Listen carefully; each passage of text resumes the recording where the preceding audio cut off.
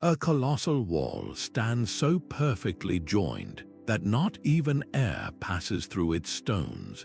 This video explores 25 forgotten megastructures from Antiquity, monumental feats that often surpass modern engineering. You will gain a completely new understanding of human history and the true potential of ancient innovation.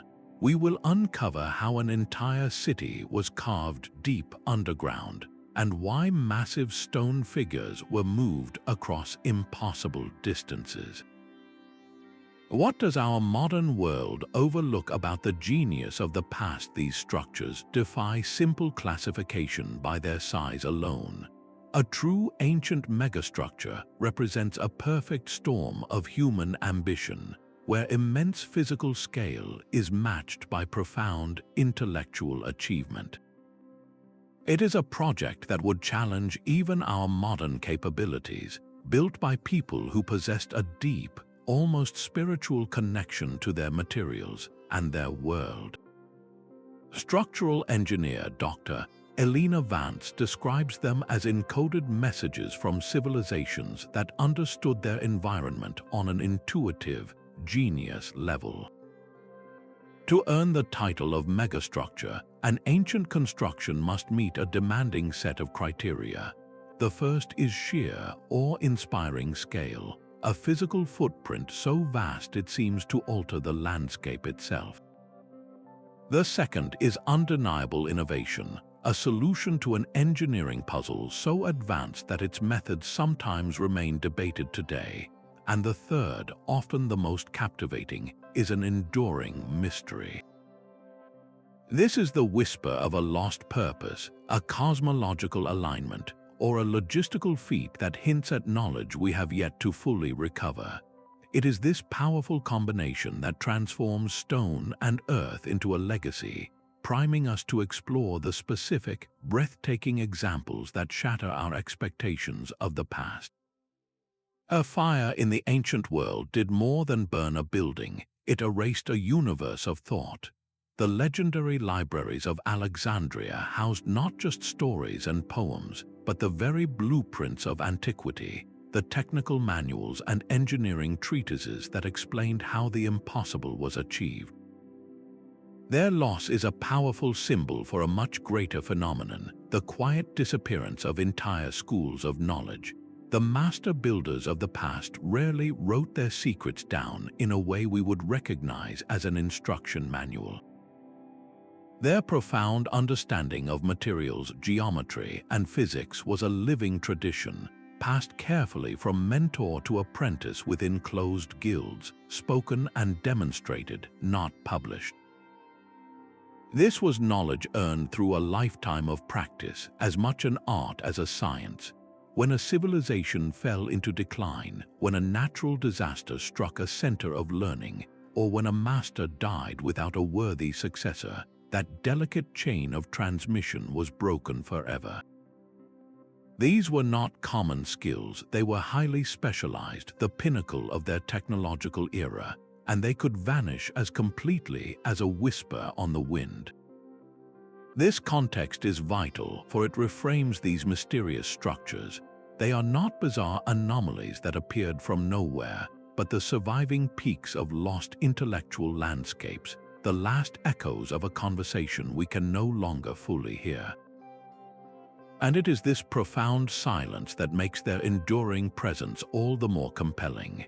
High in the thin air of the Peruvian Andes, the fortress of Sacsayhuamán presents a stone wall that should not exist.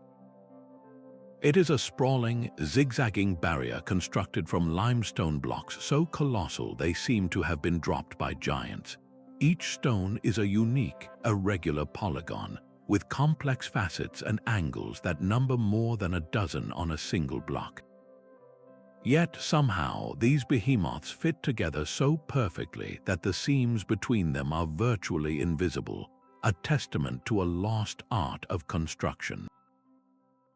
The sheer physical challenge of this project is staggering. These stones were quarried from sites miles away, with the largest weighing well over 100 tons. To move them, the Inca had no wheels, no iron tools, and no draft animals larger than the llama. The method of transport remains one of history's great logistical puzzles, likely involving thousands of workers, ropes, and earthen ramps, a monumental effort of pure coordinated will. But the true genius is revealed in the final fitting. The technique, known as ashlar polygonal masonry, required each unique block to be painstakingly shaped to interlock with all of its neighbors.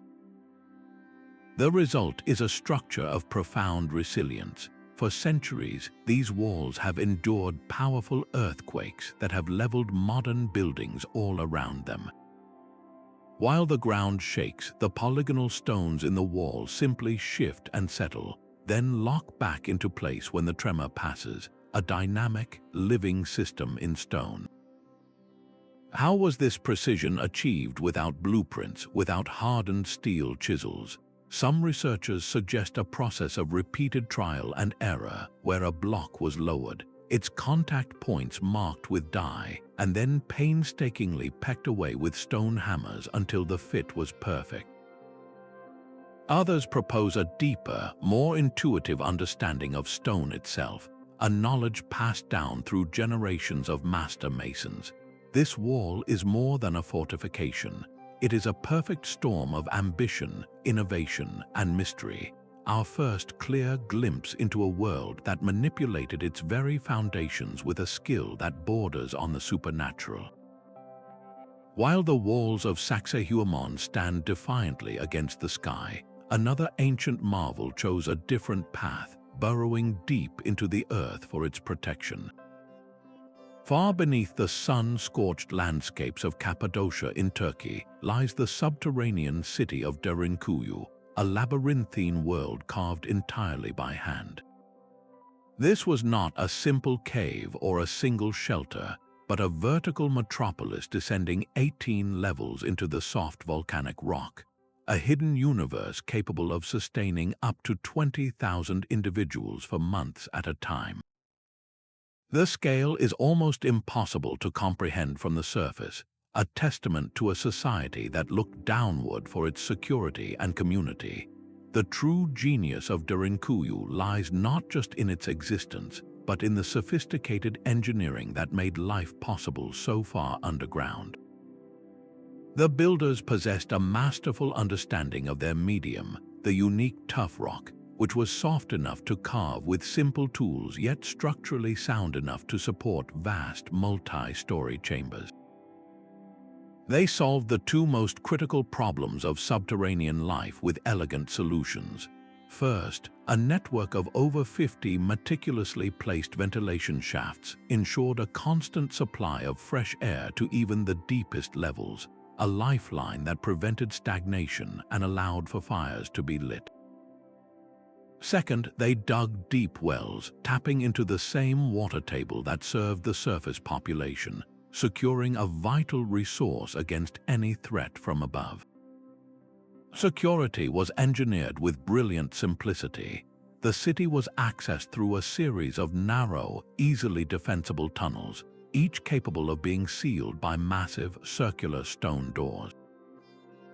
These wheels of rock, weighing several hundred kilograms each, could be rolled into place from the inside, effectively isolating entire sections of the city. Within this hidden world, residents found everything they needed, from stables for livestock and cellars for food stores to communal kitchens, wineries, and even dedicated spaces for worship. This was not a temporary refuge, it was a fully realized city, a planned and self-sufficient ecosystem designed for long-term survival during periods of conflict or hardship. Derinkuyu forces us to reconsider the very definition of urban planning.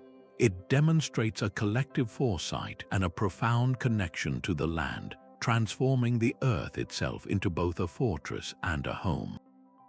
What drove an entire civilization to invest such immense effort in building downward, and what knowledge was required to keep such a vast underground community alive and safe for generations?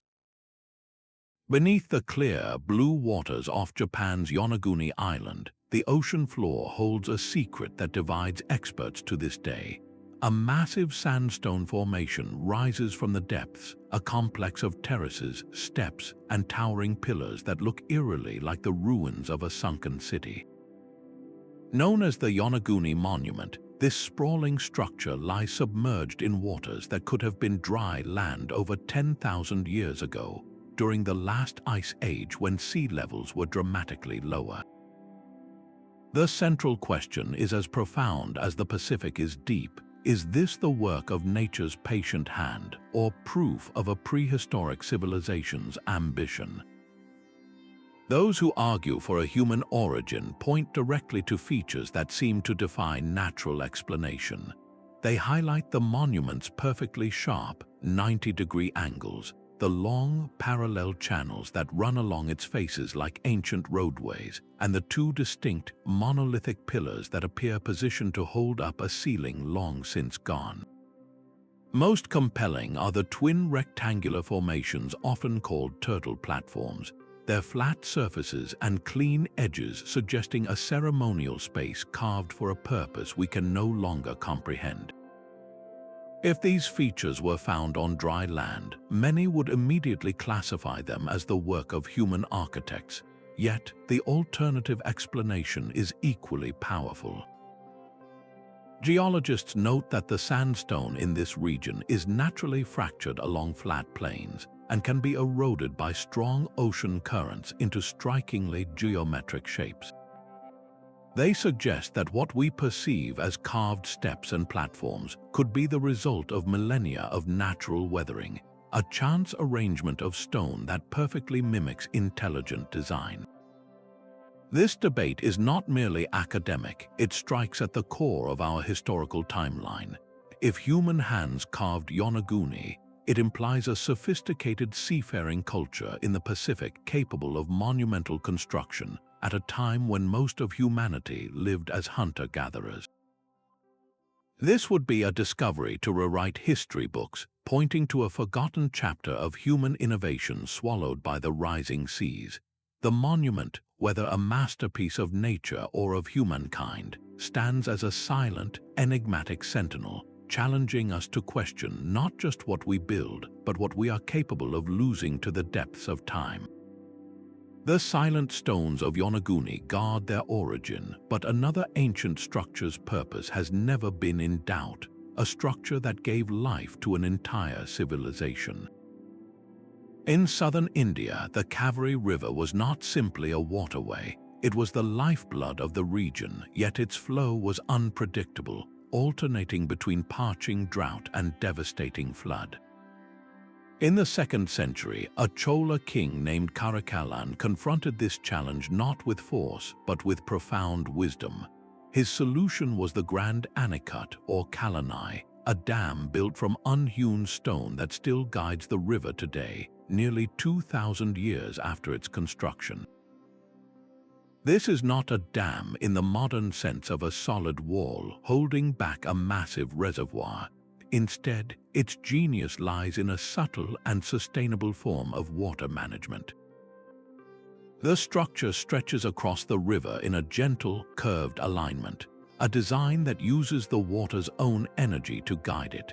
During the dry season, the Anicut gracefully diverts a portion of the flow into a network of canals that feed a vast agricultural region, turning the land into a fertile breadbasket.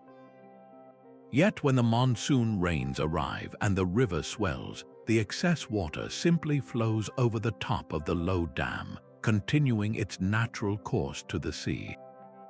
This brilliant passive system prevents catastrophic flooding and avoids the buildup of silt that plagues many modern reservoirs.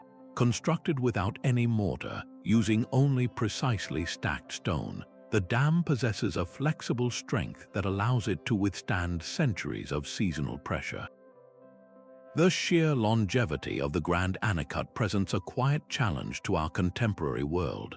While we build immense concrete structures with projected lifespans of a century or two, this simple, elegant design has been functioning continuously for nearly 2 millennia. It stands as a powerful lesson in working with natural forces rather than against them, a principle modern engineers now call sustainable design. The true legacy of the Grand Anicut is not locked in its stones, but flows through the water that still nourishes the fields, a timeless gift from an ancient king who understood that the most enduring megastructures are those that serve life itself. Deep beneath the modern streets of Paula, Malta, a silence of over 5,000 years holds an echo. The Ħal Saflieni Hypogeum is not a cave or a natural formation, but an entire sanctuary painstakingly excavated from the solid limestone bedrock by a Neolithic society using only stone and antler tools. This three-level subterranean complex is a world in reverse, a place where the architectural principles of the massive above-ground stone temples were translated downward into the earth itself. Here you find carved pillars that mimic timber supports, arched ceilings that replicate corbelled vaults, and chambers painted in vivid red ochre, all created in perpetual darkness.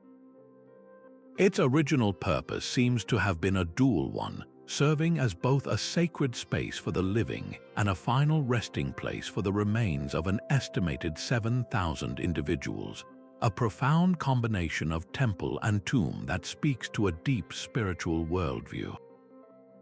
Yet the hypogeum's most arresting mystery is not just seen but heard. One chamber, known as the Oracle Room, possesses an acoustic property so precise it feels intentional. A deep male voice, spoken or chanted in a certain spot within the chamber, causes a powerful resonance to vibrate through the very stone, a low-frequency hum that can be felt in the bones as much as heard with the ears. This sonic vibration travels throughout the entire complex, meaning a ritual conducted in this one room could be experienced physically everywhere in the underground sanctuary. How did a people from an era we consider primitive achieve such a masterful understanding of sound wave physics without any modern instruments? The resonance aligns with the frequency thought to affect human brainwave patterns, suggesting the builders may have discovered a way to use architecture to alter states of consciousness, to enhance spiritual ceremonies or healing practices. This was not accidental. It represents a sophisticated fusion of spiritual belief and empirical science, a forgotten knowledge of how sound interacts with space and the human body.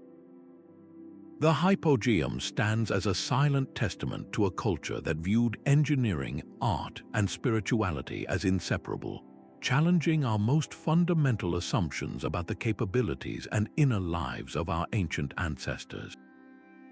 From the echoing chambers of Malta, we journey to the sun-scorched highlands of Ethiopia, where faith literally carved a new world from the ground up.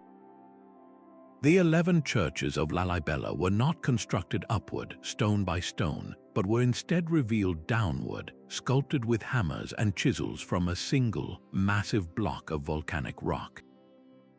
Imagine the vision required to look upon a solid mountain and see a cathedral hidden within, then to patiently remove everything that was not that sacred space. This monumental effort, undertaken in the 12th and 13th centuries, created a complex of breathtaking scale and intricacy, all connected by a labyrinth of tunnels and ceremonial trenches. Each church is a unique architectural masterpiece, complete with windows that filter the African sun, interior pillars, and sophisticated drainage channels carved directly into the rock to divert rainwater and prevent erosion over the centuries. The sheer improbability of this achievement gave rise to a powerful local legend that the work was completed with the help of angels, a divine intervention that seems almost necessary to explain how such a feat was humanly possible. This narrative reflects the awe that these structures still inspire today. The reality is that teams of dedicated artisans, working in shifts day and night for generations, painstakingly excavated over 400,000 tons of rock to free these holy buildings from the earth. The precision of their work is staggering, with details so fine and geometries so exact that they rival any masonry built from individual blocks. This was not merely construction, it was an act of supreme devotion, a pilgrimage site literally carved out of the heart of the kingdom. The churches of Lalibela stand as a pinnacle of rock-cut architecture, a testament to a civilization that directed its greatest engineering talents toward a spiritual goal, creating a legacy that continues to draw pilgrims and wanderers from across the globe. They challenge our modern perception of progress, asking us how we define a miracle and whether the line between human genius and divine inspiration was ever truly meant to be drawn. A river of stone flows through the heart of a Spanish city, a monumental bridge that carries nothing but the memory of water. The Aqueduct of Segovia is not merely a relic, it is a masterclass in balance and audacity, a structure where Roman engineering declared its power not with brute force, but with elegant, gravity-defying precision.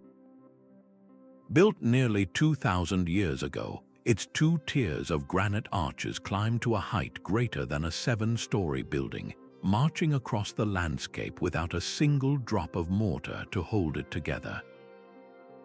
Every one of its roughly 20,000 granite blocks stands solely through perfect equilibrium, each stone meticulously shaped to lean against its neighbors, transferring the immense weight down through the arches and into the earth.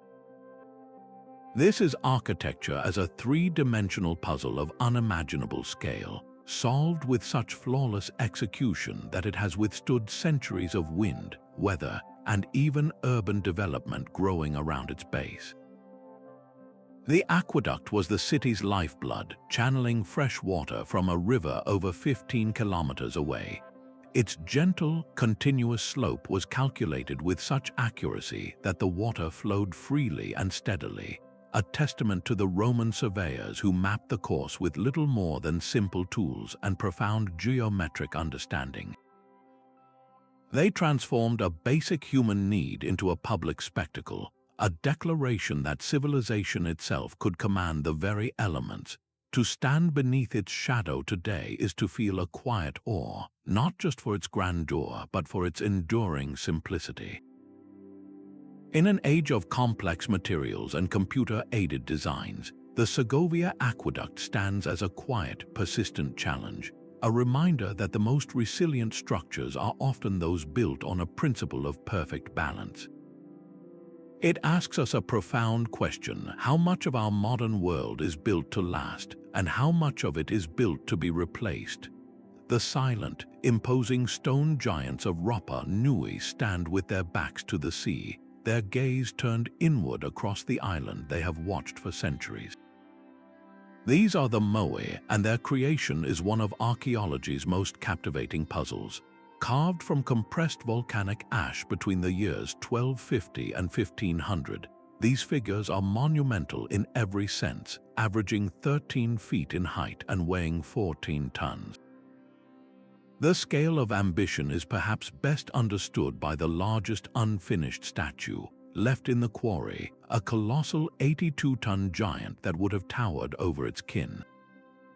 How did a society with no metal tools, no wheels, and no large animals achieve such a feat? The answer lies in a breathtaking display of communal effort and a deep, intuitive grasp of physics. The quarry at Ronoroku, a volcanic crater, was a vast outdoor workshop. Here, master carvers used hand-held basalt picks to outline the statues directly in the rock face, then painstakingly chiseled them free, leaving a smooth, sloping ramp down which the completed moai could be carefully lowered. But the true mystery begins once the statue was on the move. Transporting these multi-ton figures miles across the island's rugged terrain required a logistical miracle. One compelling theory suggests the islanders used a technique that made the statues appear to walk. By carefully rocking a moai from side to side with ropes, teams could have maneuvered the giant forward in a slow, upright shuffle. a method that experiments have shown is surprisingly efficient and would explain the worn, tapered bases of many statues. Another theory proposes a system of wooden sledges or rollers moved along a prepared causeway. Either method represents an astonishing understanding of balance, leverage, and coordinated human power, a project that would have mobilized the entire community. These statues are far more than art. They are the ultimate expression of a society's identity, monuments to ancestral figures that cemented social and spiritual power across the landscape. They stand as a powerful reminder that the greatest structures are not always buildings, but the enduring symbols of what a people, working together, can literally move for their beliefs. The silent Moai stand as a testament to collective effort, but another civilization on a different continent turned stone into a different kind of power.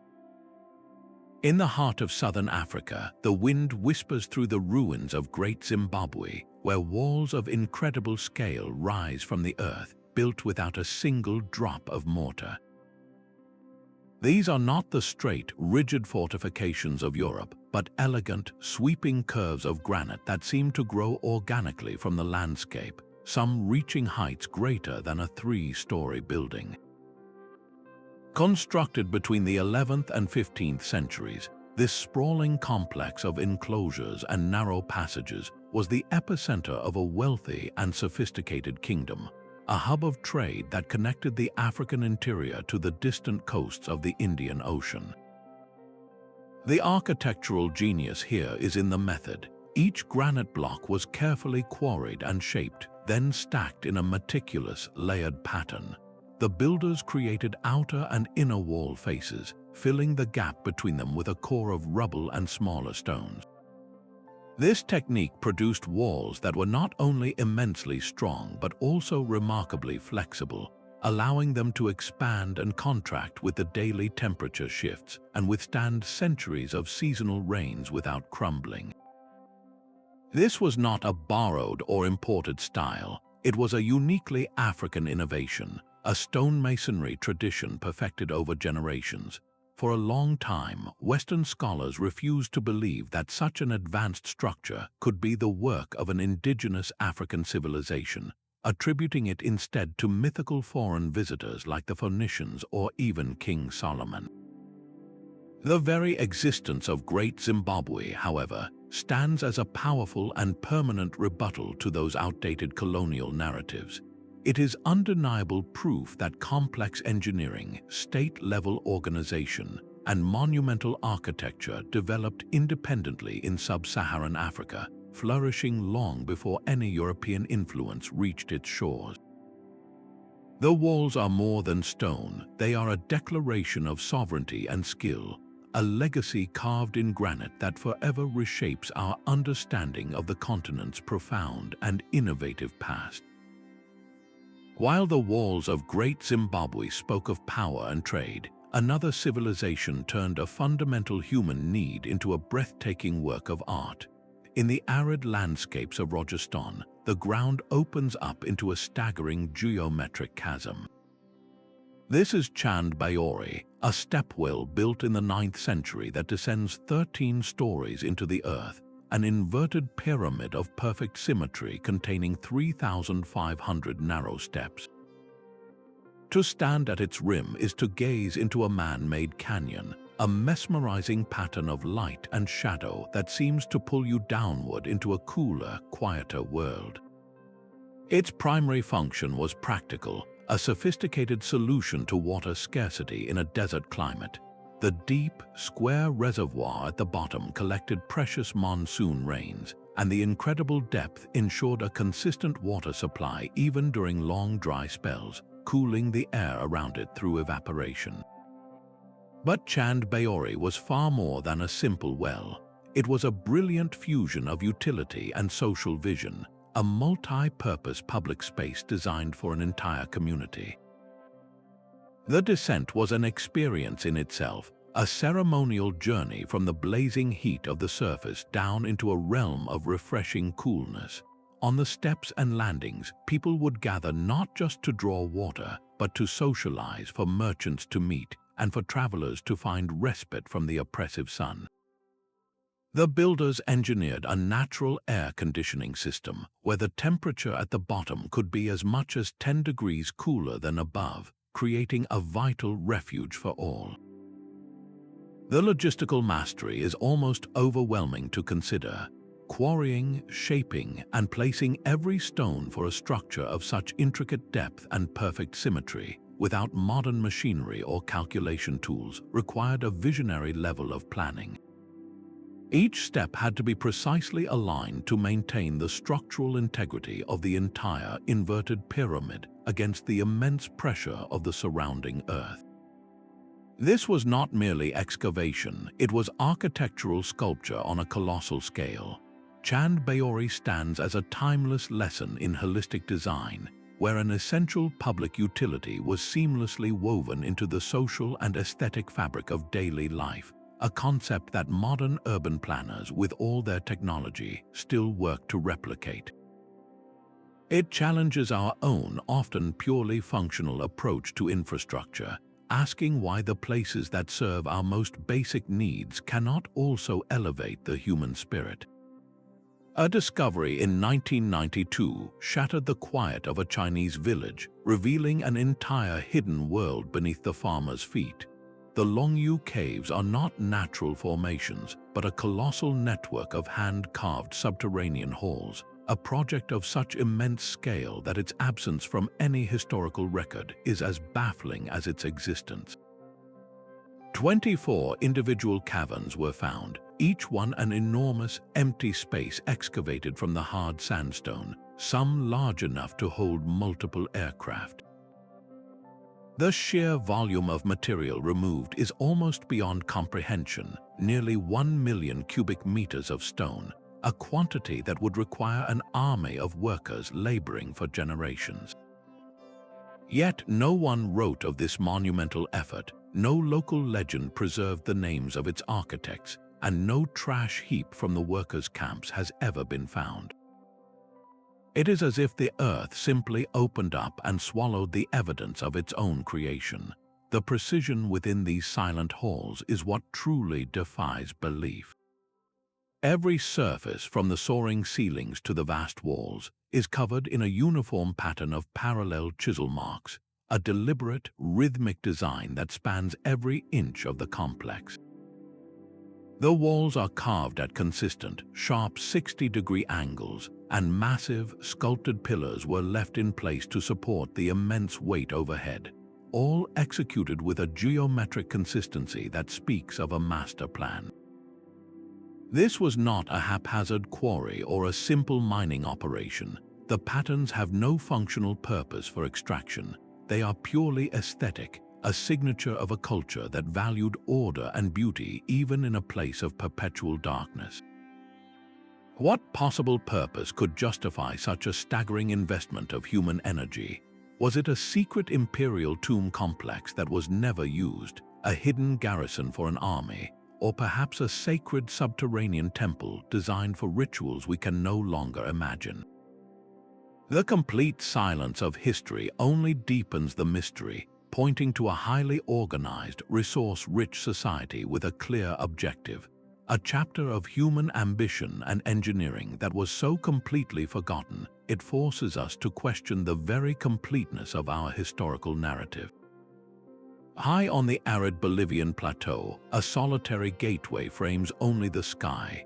The Tiwanaku Gate of the Sun is a single, monumental block of andesite stone, standing as a silent sentinel to a civilization that flourished over 1,000 years before the Inca. This 10-ton monolith was not simply placed here, it was brought from a quarry more than 60 miles away, a journey across rugged terrain and thin air that is a profound logistical puzzle in its own right. But the true mystery is etched across its surface. The gate is dominated by a central, imposing figure, a celestial deity often called the staff god, surrounded by a procession of winged attendants that some researchers interpret as a complex calendar system. Every line and symbol is carved with stunning precision into one of the hardest stones available, a material that would have quickly shattered lesser tools. How did the Tiwanaku people, using only stone hammers and bronze chisels, achieve such intricate detail without fracturing the entire slab? The process would have required not just immense skill, but an almost supernatural patience, slowly grinding the stone away with abrasive sand and water over countless generations. The purpose of this iconography is an even greater enigma. Was the gate a portal for spiritual journeys, an astronomical observatory marking solstices and equinoxes, or a public display of cosmic knowledge that cemented the authority of its rulers? Some scholars suggest the carvings encode a calendar that tracked a 290-day lunar cycle, a system so advanced it challenges our perception of pre-Columbian science. This gate is more than art or architecture. It is a frozen moment of intellectual triumph, a codex in stone from a culture whose voice has been largely lost to time. It represents a perfect fusion of artistic vision and scientific observation, forcing us to wonder what other understandings of the cosmos were developed and then forgotten in the high plains of the ancient world.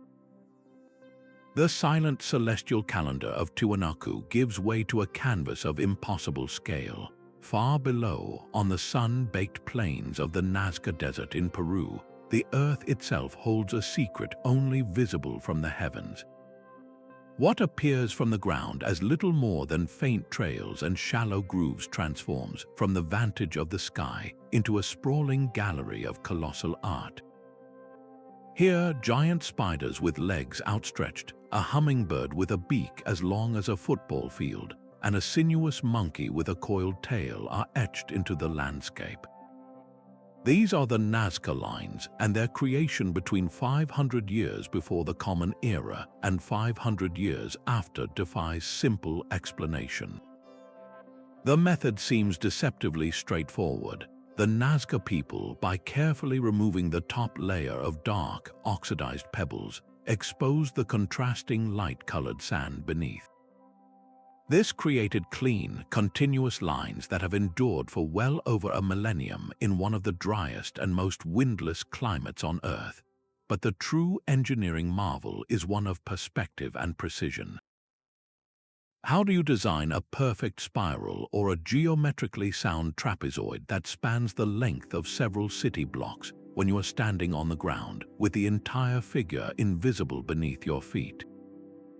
The architects must have used an ingenious system of scaling up small models. They could have laid out the design on a small scale using cords and stakes, then systematically expanded it to its monumental proportions, maintaining the proportions through an intimate knowledge of geometry and measurement. The straight lines, some running for miles over hills and valleys without deviating, suggest a masterful skill in surveying, perhaps using simple sighting poles to mark a true course across the undulating terrain. The purpose of these immense drawings continues to be one of history's most compelling riddles. Were they sacred pathways for ceremonial processions, their figures representing constellations or deities in a vast, open-air temple? Could they have been a sophisticated calendar, aligning with celestial events like the solstice sun or the rising of important stars? Or were they, as some have theorized, messages or offerings intended for beings who viewed the world from above? The very fact that we must take to the air to see their full glory forces us to consider the Nazca worldview, a culture that connected its art directly to the cosmos, turning the entire desert into a permanent testament to their beliefs. This was not construction in the traditional sense, but a form of landscape engineering that challenges our understanding of art, science, and the spiritual imagination. A stark, solitary structure stands on the plains of Pasogadi, a testament to simplicity born from profound understanding. The tomb of Cyrus the Great, built around 530 years before the Common Era, is a masterpiece of minimalist design hiding seismic genius. Its form is remarkably unadorned, a small chamber of massive white limestone blocks resting atop a stepped platform. yet its survival for over 2 millennia in one of the world's most active earthquake zones is a direct result of its architectural intelligence. The builders of the Achaemenid Empire engineered this final resting place not for mere grandeur but for eternal stability. The key lies in the gabled roof, a feature that seems purely aesthetic but performs a critical dynamic function. Instead of being locked rigidly together, the massive limestone slabs of the roof were assembled using a unique interlocking technique that allows for a slight, controlled movement. When the ground shakes, this flexible joint system lets the stones shift and absorb the energy rather than fighting against it and fracturing. The entire structure sits upon a series of wide, tiered stone steps. This platform does more than elevate the tomb. It acts as a massive, stabilizing base that distributes the forces of a tremor evenly into the ground, preventing the violent jarring that topples less thoughtful constructions. This was not a lucky guess. It was an empirical, hard-won knowledge of structural dynamics, an ancient science of survival. The builders observed how the land moved and designed in harmony with those forces, creating a resilient system that modern engineers in earthquake-prone regions continue to analyze and emulate. The tomb of Cyrus is a quiet lesson in humility, a reminder that the most enduring strength is not found in resisting nature's power, but in designing with its rhythms in mind. Gravity seems to have been merely a suggestion for the builders of the Hanging Temple, a structure that clings to the vertical face of Mount Heng as if grown there by some impossible seed. Over 1,500 years ago, this wooden sanctuary was not built upon the cliff, but within it, a multi-story complex of halls, bridges, and pavilions that appears to float in mid-air. Its support comes from a system of oak crossbeams, each one driven deep into holes meticulously chiseled into the solid rock. The primary weight of the temple rests on a natural rock ledge, a feature the builders identified and incorporated into their design with brilliant economy. This was not an act of reckless daring, but a profound synthesis of mechanical engineering, geology, and woodworking. The choice of location was deeply strategic, placing the temple high above the floodwaters that could rage below, sheltered from heavy snowfall and driving rain by the mountain's own overhangs. Every beam was shaped to bear a specific load, and the entire structure possesses a flexible strength, allowing it to sway gently with the wind and even minor tremors, absorbing energy rather than resisting it rigidly. This dynamic system required an almost intuitive understanding of physics, of how forces distribute and transfer through wood and stone. The construction process itself must have been a breathtaking ballet of precision and courage, with workers suspended on ropes, carefully fitting each component into a puzzle where a single miscalculation could have meant disaster. Yet the temple stands, a breathtaking fusion of faith and physics. It embodies a philosophy where the sacred was not separate from the natural world, but was sought in its most awe-inspiring and challenging places. This was a sanctuary designed to elevate the spirit by literally defying the earth itself, a perfect storm of environmental wisdom and human ingenuity that challenges our very definition of what a building can be. A single piece of red granite, destined to become the Lateran Obelisk, began its life deep within an Egyptian quarry. This was not merely a block of stone, it was a 455-ton needle of solid rock, waiting to be freed. The ambition to transform this mountain fragment into a soaring monument represents one of the most audacious engineering sequences ever conceived, a multi-stage puzzle that pushed human collaboration to its absolute limit. The first step, the quarrying itself, was a masterclass in precision and patience. Workers would meticulously carve channels around the intended block, then drive in wooden wedges. These wedges were soaked with water, and as the wood expanded with a force we can still scarcely believe, it would cleanly crack the granite along a predetermined line, separating the obelisk from the living bedrock. Then came the shaping and polishing, a process achieved with nothing harder than dolerite stone balls and abrasive sand, a painstaking effort that could take months just to achieve a perfectly smooth surface. But this was only the prelude. Moving the obelisk from the quarry to the Nile River, a journey of miles, required a feat of coordinated strength that is almost mythical in scale. The monolith was likely loaded onto a massive wooden sledge, pulled by teams of laborers numbering in the thousands across a prepared path that was constantly lubricated with water or mud to reduce friction. The groans of the ropes and the synchronized chants of the workers would have been the only engines powering this impossibly slow procession. Upon reaching the river, the challenge multiplied.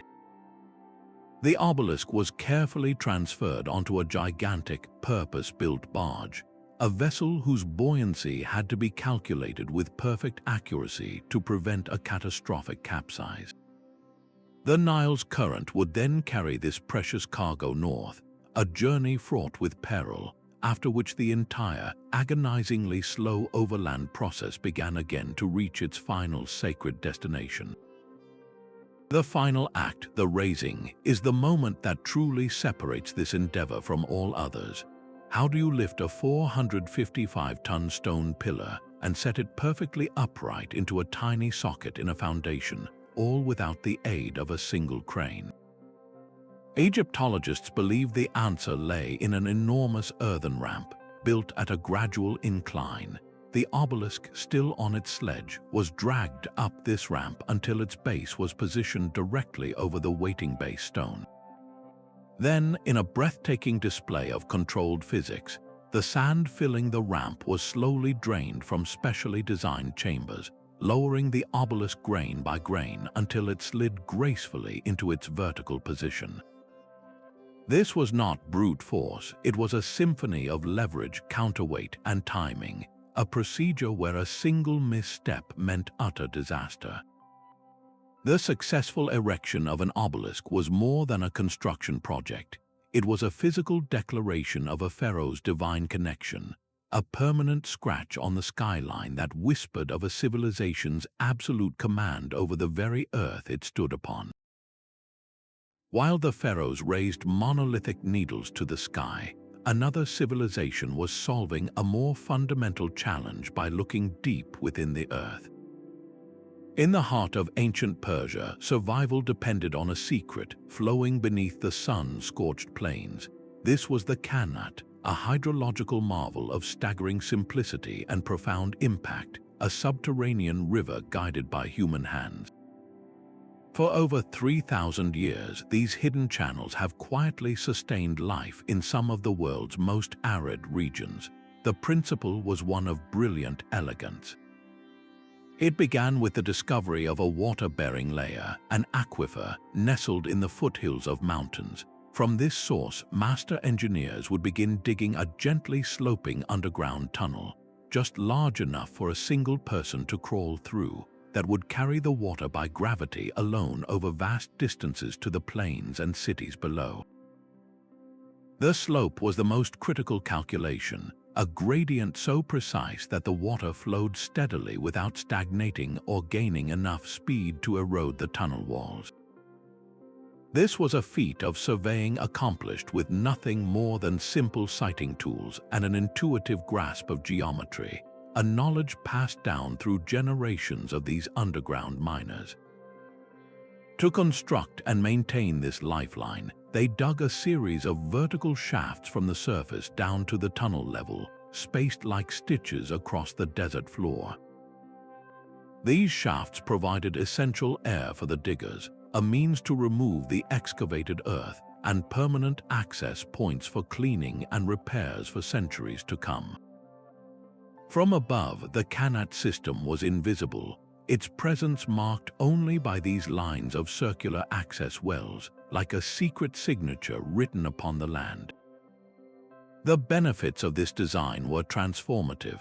By flowing underground, the precious water was completely protected from the evaporating heat of the sun and shielded from contamination by dust and debris. It delivered a clean, cool, and constant supply directly to agricultural fields and public fountains, turning barren land into lush gardens and supporting the growth of mighty empires. This was not a technology of conquest, but one of sustenance, a sustainable system that worked in perfect harmony with the natural environment. The Qanat did not deplete the aquifer, but rather tapped it at a sustainable rate, a lesson in resource management that feels strikingly modern. The legacy of the Persian Qanat is a powerful reminder that the greatest megastructures are not always the most visible. They are the quiet, intelligent systems that make life itself possible, a testament to the genius that flourishes not in defiance of nature, but in deep, respectful conversation with it. From the hidden waterways of Persia, we find a city carved from a canyon of living color. The rose-red sandstone cliffs of Petra reveal a doorway that is not built but revealed. This is the treasury, a 40-meter-high temple facade of breathtaking elegance, appearing as if the mountain itself decided to dream in classical forms. Its Corinthian columns, statues, and urns were all chiseled with impossible precision directly from the cliff face, a project that began at the top and worked its way downward. This top-down method is a staggering act of foresight, a form of architectural sculpture where every single strike of the hammer was permanent. There was no room for error, no way to add back a piece of stone once it was removed. The master sculptors had to hold the entire, intricate design in their minds, knowing that a single miscalculation in the upper levels could unravel the entire vision below, sending tons of rock crashing down in a catastrophic failure. This was not just carving, it was a high-stakes negotiation with the mountain, a dialogue of patience and profound trust in a shared plan. Yet the true genius of the Nabateans extends far beyond this one magnificent facade. To make life possible in this deep, arid canyon, they engineered the very environment. The city is laced with a hidden network of hydraulic mastery, a system of dams, diversion tunnels, and underground cisterns that tamed the desert's most dangerous force, the flash flood. When rare but violent rains fell, these channels would capture the torrential water, redirecting its destructive power away from the city center and into massive storage reservoirs. This water supply was the city's lifeblood, allowing a thriving urban center to flourish in the heart of a harsh climate. The treasury is the breathtaking face of Petra, but it is this invisible, intelligent infrastructure that was its beating heart, a perfect fusion of artistic ambition and environmental wisdom that turned a sealed canyon into a legendary crossroads of the ancient world. A single capstone at the Menga Dolmen weighs more than 30 adult elephants. This is not a simple pile of rocks, but a gallery grave of staggering ambition, where Neolithic people in southern Spain moved mountains of stone. The largest of these slabs, a colossal piece of rock weighing around 180 tons, was quarried from a site over 2 kilometers away and then lifted to form the chamber's roof. How a society without metal tools or wheeled carts achieved this remains one of Europe's great, silent mysteries. The method was likely one of immense communal effort, using log rollers, earthen ramps, and ropes made from natural fibers, a coordinated ballet of human strength that speaks to a highly organized social structure. But the true sophistication of Menga is not just in its physical scale, it is written in the stars. The long entrance passage of the dolmen is precisely aligned with a nearby mountain peak, La Peña de los Enamorados, a natural landmark that itself served as a celestial marker. On the summer solstice, the rising sun would have framed itself perfectly within this mountain notch, casting a beam of light deep into the burial chamber in a dramatic display of cosmic connection. This was not a random orientation. It was a deliberate fusion of architecture and astronomy, a permanent stone calendar that tied the cycles of the heavens to the rituals of the earth. These builders possessed a profound understanding of their world, seeing the landscape and the sky as parts of a single, interconnected system.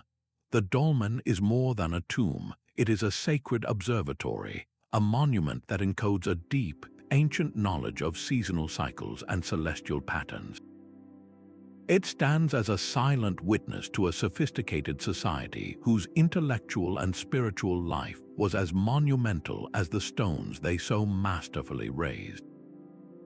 The vast, unsupported dome of Rome's Pantheon is a space that still defies logic.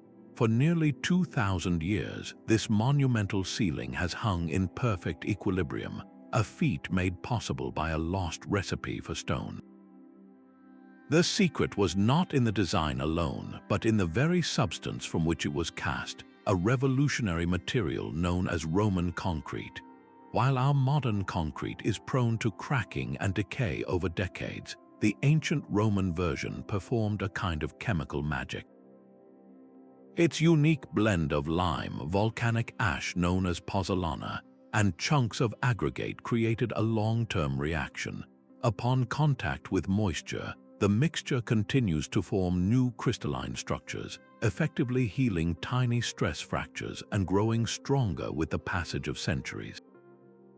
This is especially true in marine environments, where seawater actually catalyzes the strengthening process, a property our own engineers are only now beginning to emulate in laboratories.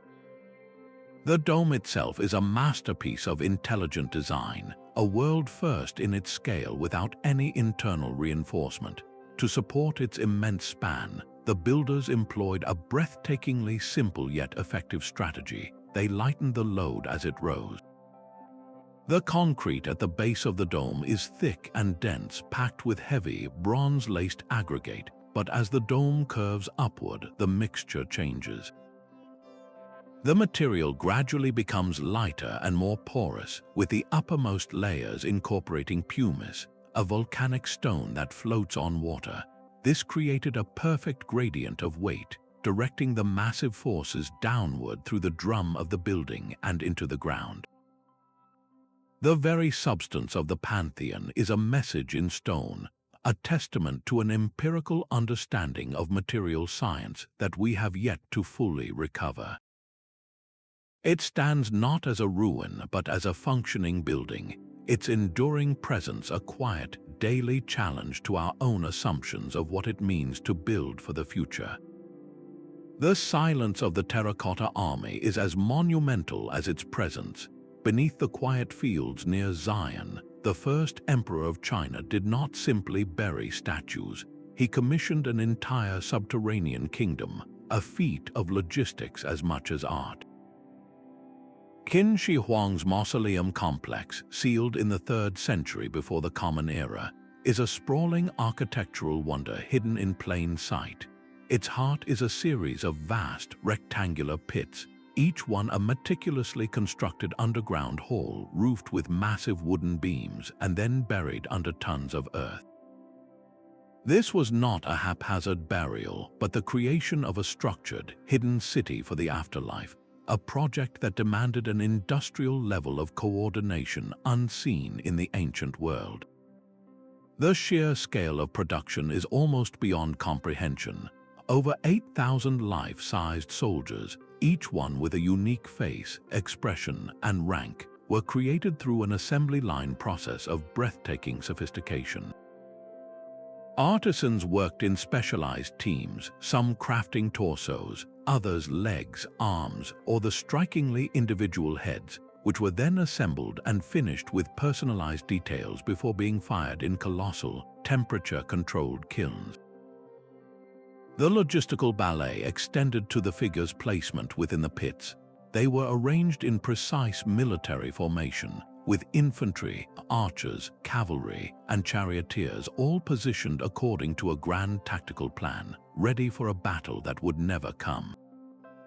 This entire operation, from quarrying the clay to firing the figures, and then constructing the underground halls to house them, required the mobilization of hundreds of thousands of skilled workers over nearly 4 decades.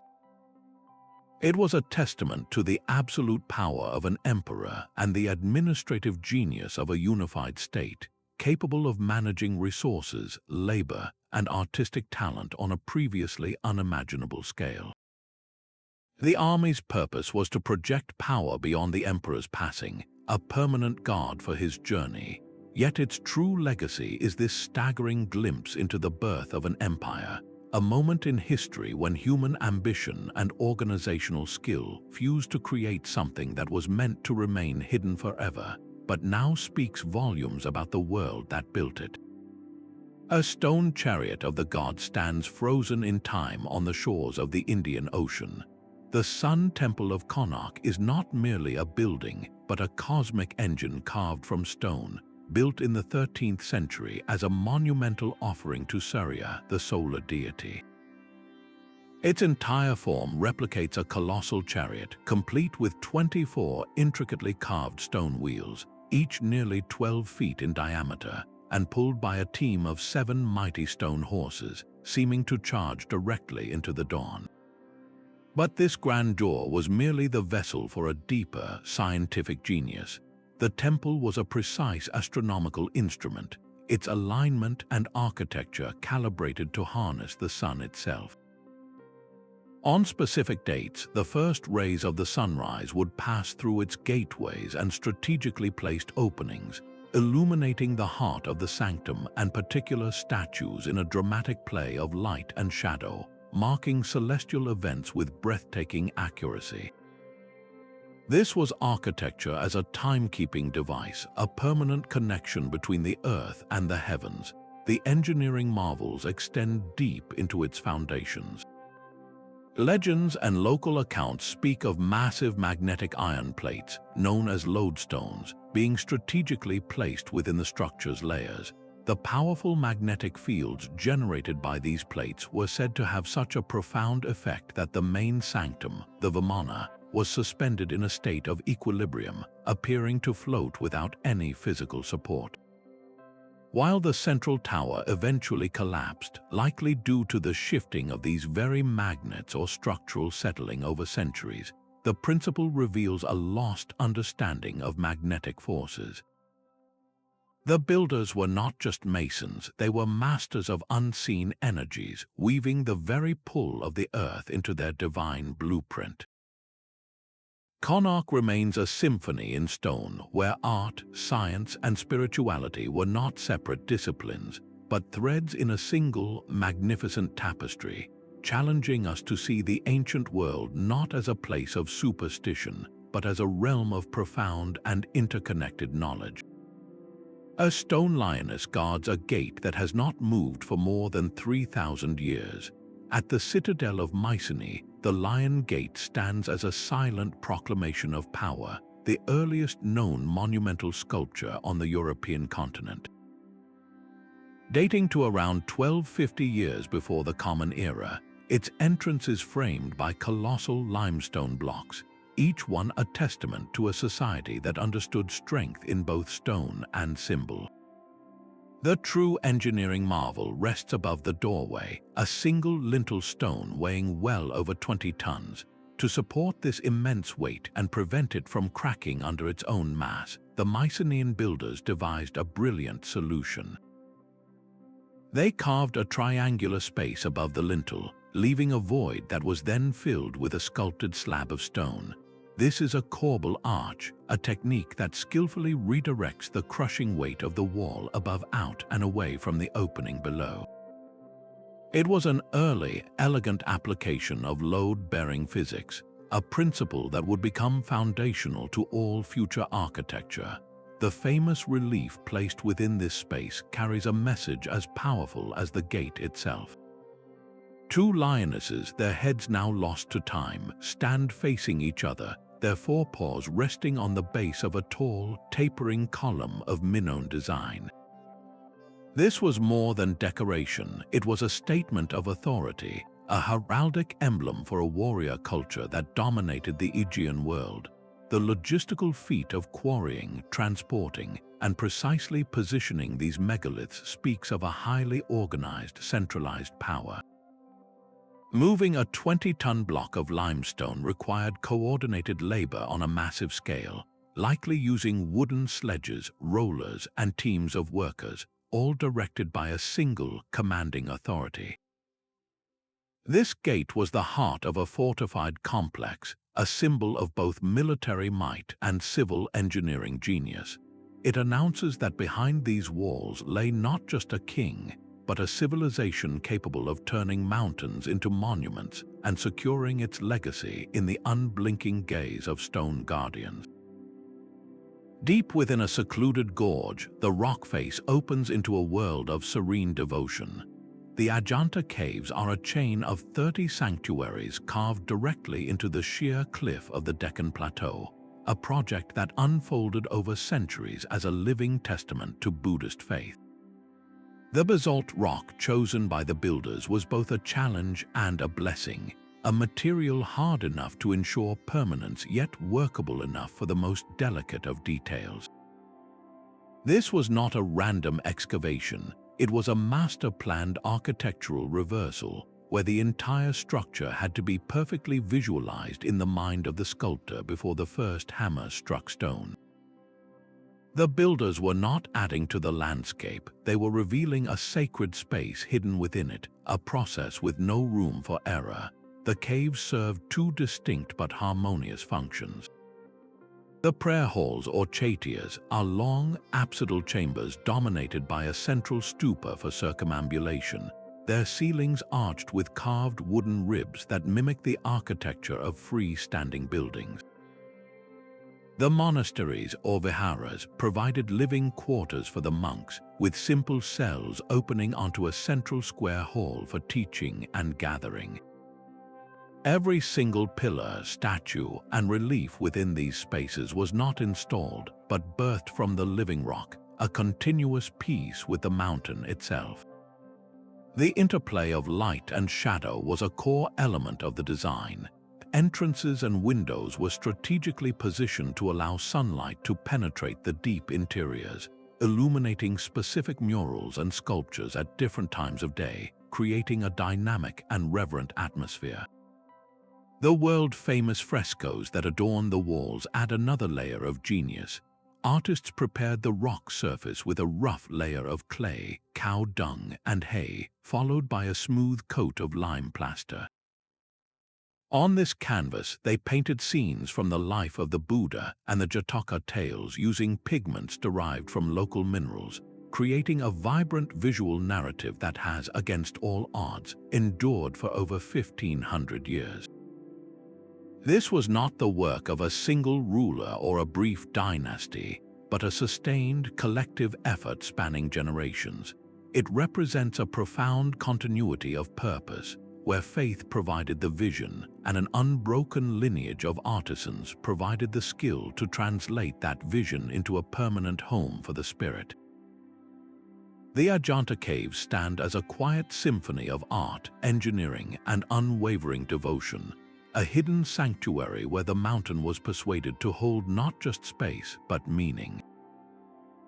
3,000 silent stones march across the Breton landscape, in rows so long they seem to measure the earth itself. The Karnak alignments in France are a different kind of megastructure, one not of concentrated mass but of vast, deliberate arrangement, a project of such immense scope it redefines our understanding of Neolithic society. Erected over 6,000 years ago, this is not a single monument but a sprawling complex of multiple stone rows, burial mounds, and enclosures, involving the placement of thousands of individual megaliths. Each stone, some weighing many tons, was quarried, moved, and set vertically into the ground across kilometers of terrain, a sustained, generational effort that speaks to a unified cultural purpose. The logistics alone are staggering to contemplate, demanding not just physical strength but sophisticated social organization to coordinate the labor and resources for a project that would outlive its planners by centuries. The enduring mystery of Karnak is not how it was built, but why. Some researchers see a giant astronomical observatory with specific alignments pointing to the rising and setting sun on the solstices. Others interpret the lines as a sacred processional way, a physical path for rituals that connected the living world with that of the ancestors. Another theory suggests the stones served as territorial markers, a permanent and undeniable claim to the land etched into the very soil. Yet the stones themselves offer no written testimony, only their silent, patient presence. This very silence is their most powerful message. They are a testament not to a single powerful leader, but to the collective will of an entire people, a society capable of envisioning a project on a timescale we can barely grasp today, and then committing to its fulfillment across generations. The Karnak alignments challenge our modern obsession with the individual, reminding us that some of humanity's greatest and most enduring achievements were born from shared belief and communal effort, a legacy written not in words but in stone and earth. These scattered monuments, separated by oceans and millennia, begin to whisper a unified story when we listen closely. The silent stones of Karnak, the floating temple of Heng, and the subterranean river of the Kanat all speak of a shared engineering philosophy, one that modern builders are only now beginning to rediscover. The first and most profound commonality is a deep, almost intimate relationship with local materials.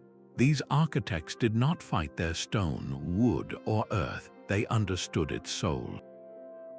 They knew that the volcanic tuff of Cappadocia was soft to carve but strong in compression, that the polygonal limestone of Sacsayhuamán would shift and settle during a quake, and that the Roman concrete recipe would actually grow stronger with time. They worked with the inherent properties of their environment, not against them, turning local challenges into structural advantages. This material wisdom was always paired with a clear-eyed response to environmental pressures. Whether facing the desert's aridity, the mountain's tremor, or the river's flood, these structures are brilliant adaptations. Chand Baori's inverted pyramid cooled the air as it stored water. The Grand Anikut's gentle curve tamed a wild river without fighting its flow, and the tomb of Cyrus was designed to dance with the earthquakes. They solved for the long term, creating systems that were not just built to last, but designed to endure. Perhaps the most captivating thread is the seamless weaving of cosmic belief into physical form. For these cultures, engineering was not a separate discipline from spirituality or science. It was their ultimate expression. The Menga dolmen's alignment with the solstice sunrise, the Nazca Lines' giant celestial figures, and the Sun Temple of Konark's precise light beams all reveal a worldview where the earthly and the heavenly were inextricably linked. To build was to participate in the order of the cosmos itself. This was not superstition, but a form of empirical observation encoded in stone. The sheer scale of these projects points to one final, crucial ingredient: a communal spirit and intergenerational vision that our era often struggles to match. These were not the vanity projects of a single lifetime, but collective endeavors that required thousands of people to work toward a goal they themselves might never see completed. This long-term perspective, this willingness to invest in a future beyond one's own, may be the most challenging legacy these ancient builders have left for us. They pose a quiet question to our world of rapid innovation and planned obsolescence. What are we building that will truly stand the test of centuries? And what wisdom are we encoding in our own structures for generations we will never meet? Our journey through these 25 forgotten megastructures reveals a past far more sophisticated and ingenious than we often give it credit for. These are not mere relics, but enduring challenges to our modern assumptions about engineering, collaboration, and human potential. They remind us that innovation is not a straight line forward. but a vast landscape of discovery where different cultures found brilliant solutions to universal problems. The ancient mind possessed a unique genius born from an intimate, almost spiritual connection to the material world. They listened to the stone, understood the flow of water, and read the messages of the stars, weaving this deep knowledge into structures that have endured for millennia. This exploration invites you to look at the ancient world with fresh eyes, to question the established narratives of progress, and to appreciate the monumental legacy our ancestors carved, stacked, and dreamed into existence. If these wonders have captivated your imagination, we would love to hear which structure resonated most with you in the comments below. Subscribe to continue unraveling history's greatest mysteries with us, as we keep searching for the echoes of genius left behind in stone and earth.